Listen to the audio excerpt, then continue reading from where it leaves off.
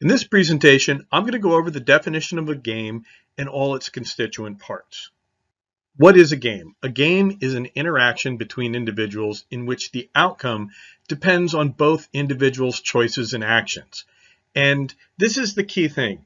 In a game, we think that an individual, their strategic choices of behavior has an impact on the other players and other outcomes. The alternative to game theory is something called decision theory, where people are making their best choice in terms of they really aren't affecting the other player. So, if you play solitaire, you aren't playing against anyone, but you are making decisions about what the best choice is, about where to place the card. If you play video poker, how many cards do you discard?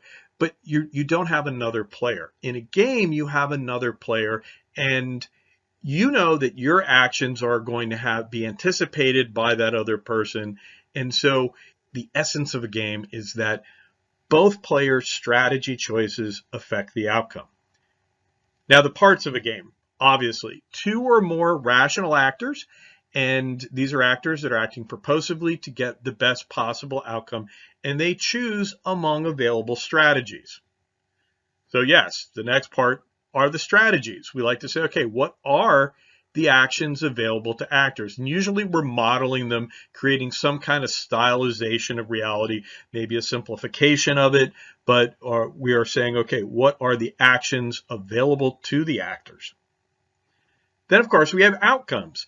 The outcomes are the end states that result from combinations of all players' strategies. Right? And the idea is we look at it and we say, okay, when this person does this and that person does this, what happens? Right? That becomes an outcome. Then there are payoffs. Each outcome is assigned a payoff value. We call this a utility function, a lot of different, but frequently I just like to call it a payoff. It's a payoff value for each player based on their preferences over outcomes. And these can take some forms. They can be simply ordinal. One number is greater than another, or they can be, we call it cardinality when intensity of preferences is taken into account. But we always have payoffs, and really it's about, hey, how much does each player value the outcomes, the relative outcome, or the different outcomes that are possible in the game. Then the solution of the game, or the prediction, is based on some concept of equilibrium. Right? Most commonly the Nash equilibrium, especially in simple games like I'm about to explain. And so we say, okay, which outcomes was each player playing a best response to what the other one was doing? So that, if they had known the other person was going to choose that strategy, they would have chosen their strategy that produced the outcome anyway. Right? And so there's kind of a stability. By the way, there can be more than one Nash equilibrium, that we call them equilibria. There might not be a pure strategy equilibrium. Sometimes players will call what's a mixed strategy, meaning they'll randomize. But there will always be a Nash equilibrium in a game, or at least in these simple 2x2 games like we're going to talk about. To explain the concept here, very commonly people go into the prisoner's dilemma, but I like rock, paper, scissors. Right? Because this is a game that we all play. It's very simple, and its solution is going to, I think, be obvious to you. And it's, something that even The Simpsons can talk about. So obviously, we have 2 players. We have 3 strategies, right? Each player simultaneously picks an action. You do something with your hand, but it's basically you make a fist for a rock, hands out for paper, choppy fingers for scissors, right? So you pick one of 3 hand gestures, right? So rock, paper, scissors. It's a simultaneous move game. Not all games are simultaneous move, but the simplest ones, the games in normal form that kind of are the starting point in game theory, are often simultaneous move games. Obviously, the outcome depends on what both players choose, right? You understand this, I think, right? You put out rock, I put out paper, I win. You put out rock, I put out scissors, you win, right? This is the nature of it. No one player is in charge of the outcome. It's the product of both players. Now we have to have a payoff structure. And clear, in this game, what's the payoff? Well, it depends on what you're playing for, but we can just assign numbers based on, bigger is better, right? So 1 is win, lose is 0. We'll just say they get nothing, so that's infinitely less than 1. And then if you get a draw, if both of you pick rock, you redo it, right? You just go back and redo the thing, so there's nothing happens. Now, let's look at the game in normal form. This is a game in normal form.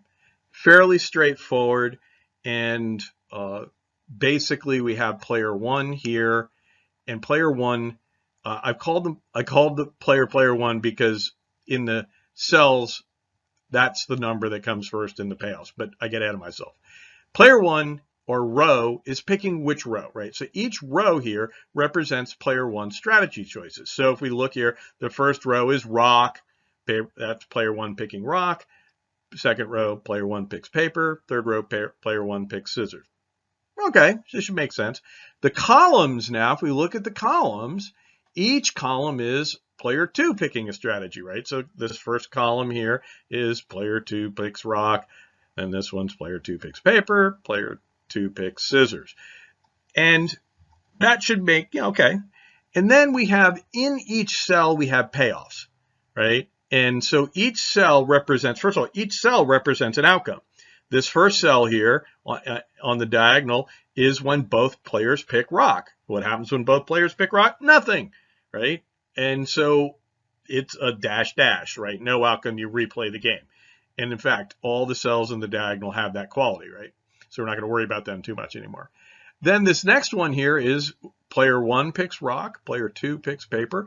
And so paper covers rock.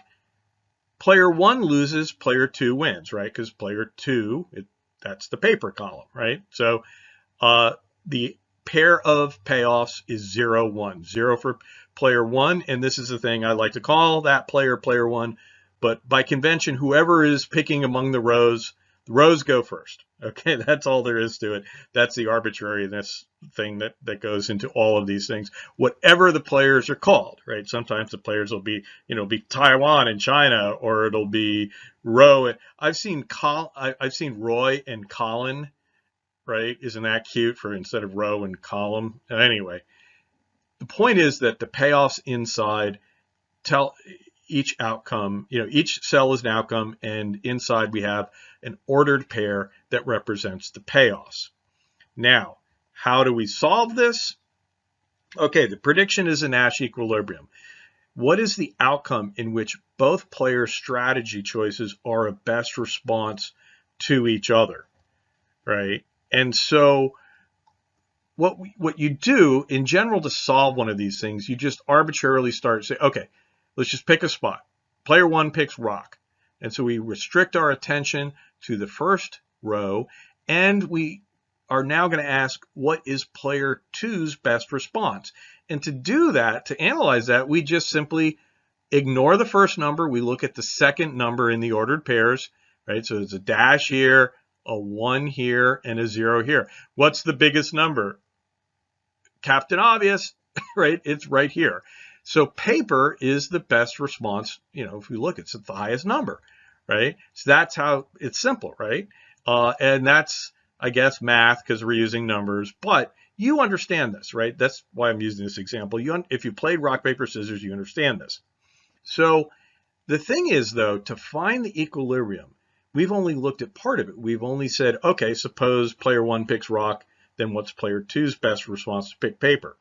The question is, all right, so we started with the row, we now have a cell. This is what would happen. But if player 1 picked rock, then player 2 would, if player 2 knew that, they'd want to pick paper. But it's a simultaneous move game, and the concept of equilibrium requires us to think of it from both players' point of view. And this is one of the things that I think game theory does for you. It makes you simultaneously consider both sides of it. So the question is, we say, okay, let's suppose that player 2 picked paper, meaning this column. What would player 1's best response be? Would it be to pick rock in the first place? Oh no, not a 0, bad. If player 2 picks column, player 1's best response is to pick the scissors column. But you know that, right? And so the thing about rock, paper, scissors is, and hopefully you know this, that whatever one player picks, when you do it, you go boom, boom, boom, and you reveal your gesture. One player wins, the other loses. Whoever loses wish they picked something else because they would have won, right? That's the nature of rock, paper, scissors. And so there is no pure strategy equilibrium in this game, right? This is the interesting little factoid about rock, paper, scissors. It has no pure strategy Nash equilibrium, right? There is no outcome here where both players' strategies are a best response to the other. In each of these cases where there's actually an outcome, everyone always wishes they did another thing. Put another way, there is no dominant strategy, right? If you watch The Simpsons, Homer Simpson is like, good old Rock always wins. And Bart's like, he's going to pick Rock. And Bart kills him, right, every time. And so having a pure strategy doesn't make any sense here. So what do? Well, we have this thing called mixed strategies, but you already knew this because you know when you play rock, paper, scissors, you randomize. You don't always pick the same thing. You do what the fancy term is, play a mixed strategy. And when both of you play a mixed strategy, you are in fact playing the Nash equilibrium. And I like this game because, one, it introduces mixed strategies, but it also, the concept of equilibrium is kind of intuitive here. Whenever we play the game, it's kind of the idea both players are going to randomize.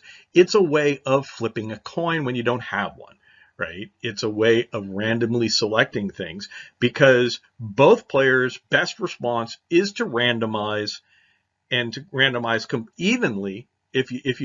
If you had a strategy where you said, well, I'll pick rock half the time and I'll pick paper and scissors each a quarter of the time. If you played that, the other person would go, I'm going to pick paper. They'd go straight to a pure strategy. I'm going to pick straight paper because that's going to win more often, right? It's more likely to win.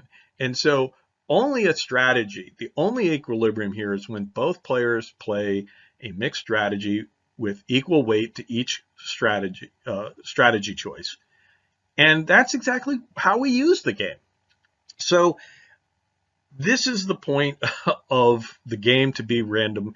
It's also, I think, a good way of just kind of understanding. Now, the games you're going to look at typically only have 2x2 games. They only have 2 strategy choices.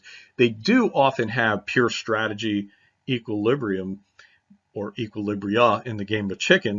There can be multiple equilibrium. But I think this kind of gives you the sense of what we're talking about in a game, how it is in normal form, and what you do with it. So I hope this is giving you some basic insight, and then we'll move on to thinking things about, talking about Prisoner's Dilemma, chicken, and other things.